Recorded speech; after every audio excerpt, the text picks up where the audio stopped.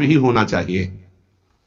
जब सेवा से निवृत्त होकर हम एकांत में मंत्र जप कर रहे हैं तो ये चार बातें नहीं होनी चाहिए मंत्र जापक में या नाम जापक में। उस समय जिस समय हम बैठे हैं, पहला, नाम जप या मंत्र जप में जो ही हम माला प्रारंभ करते हैं तो सदगुरुदेव भगवान को प्रणाम करके मौन धारण करते हैं जब तक वो माला ना हो जाएगी।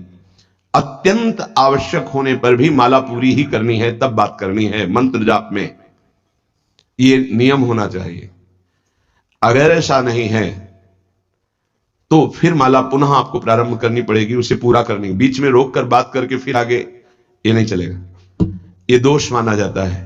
माला पूरी होने तक वार्ता नहीं हो सकती। बोलना बीच में, पहला दोष। दूसरा, इधर उधर देख ऐसे माला जपने, मेरुदंड सीधी, नासाग्र दृष्टि ऐसे। जिसे नींद आने की संभावना है वो आंख मूंद के भजन करने मत बैठे, नहीं कंबल या शाल ओढ़ा, आंख मूंद ली तो माला छूट जाएगी और आपका समय व्यतीत हो जाएगा नींद में, ऐसा प्राय होता है। कठोर आसनों पे बैठ करके नींद ना आवे इसलिए नासाग्र दृष्टि रख के जप किया जाता है। उस मंत्र का ध्यान करते हुए आंख खुली हुई, बार बार पलक झपकना ऐसे ऐसे, ये नहीं, नासाग्र दृष्टि रखते हुए मंत्र जप करते हुए बोलना नहीं। जैसे 11 माला का नियम दिया है गुरु मंत्र का, तो जिनकी विशेष विशेष सेवाएं हैं, जब आपको समय मिले, जितना मिले अधिक से अधिक आप मंत्र जाप करें। जब आप आसन पे बैठकर मंत्र जाप कर रहे हैं तो बोलना नहीं है, माला पूरी होने पर ही बात करें अगर कोई अत्यंत आवश्यक है। दूसरा, इधर उधर गर्दन हिलाना देखना ये नहीं। मेरुदंड सीधी, आंख खुली हुई, आंख मूंद के नहीं जपना। एक महाभागवत की पत्नी निरंतर भगवदाकार वृत्ति में रहती थी। उनके पति जब पूजा में बैठते तो आंख मूंद करके बैठते ध्यानस्थ से। एक बार उन्होंने पूछा, प्रभु आपके आंख मूंदने और आंख खोलने में अंतर पड़ता है क्या? तो उनका पड़ता है। तो बोले आपकी पूजा अधूरी। हम चाहे बाहरी दृष्टि में हो या आंतरिक दृष्टि में हो, एक ही चिंतन होना चाहिए, आंख खुली हो या आंख बंद, तभी सच्चा उपासक है। तीसरा,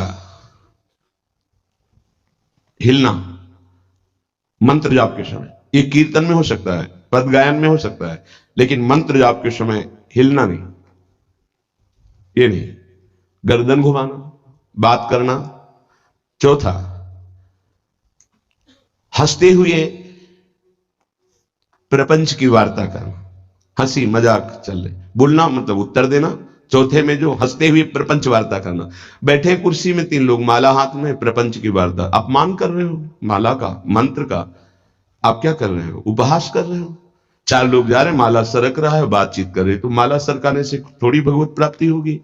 जो माला की एक भी मन का नाम और मंत्र से खाली ना जाए, उसका चिंतन करते हुए, वो आंतरिक चिंतन को बढ़ाने के लिए माला है। माला सरकाने से थोड़ी भगवत प्राप्ति होती है। माला की मनका के सहारे से हम प्रत्येक मंत्र का चिंतन करके, उसका श्रवण करके, मनन करके, तब फिर आगे बढ़ते हैं। ये थोड़ी की जल्दी जल्दी, किसी किसी की माला को तो देखते हैं कि इतनी रफ्तार से कैसे चल सकती है। अगर हम केवल राधा नाम भी जपें तो इतनी रफ्तार से नहीं चल सकता, क्योंकि हमें लिखना है राधा राधा। फिर अष्टादशाक्षर मंत्र या द्वादशाक्षर मंत्र, फिर इन मंत्रों को तो कैसे आप इतनी जल्दी, कैसे बिना अक्षर मात्रा दर्शन के कैसे आप मन का सरका दिए? 11 माला बहुत होते हैं। अगर जिस पद्धति से कहते 11 माला कर लो तो बहुत जल्दी मानसिक सिद्धि प्राप्त हो जाए। सामने मंत्र लिखा हुआ है, हर बार नवीन मंत्र की रचना कर रहे हैं। हर मन के पे, एक मन के पे पूरा मंत्र लिखा, फिर एक मन के पे पूरा मंत्र, फिर मंत्र। देखो मन कहां भाग के जाएगा, मन निर्विषय हो जाएगा, सच्चिदानंद की तरफ दौड़ पड़ेगा मन। जब के समय किसी को उत्तर देना, इधर उधर देखना, शरीर को हिलाना, हंसते हुए हंसी मजाक वार्तालाप करना, 4 बातें जब में निषेध है।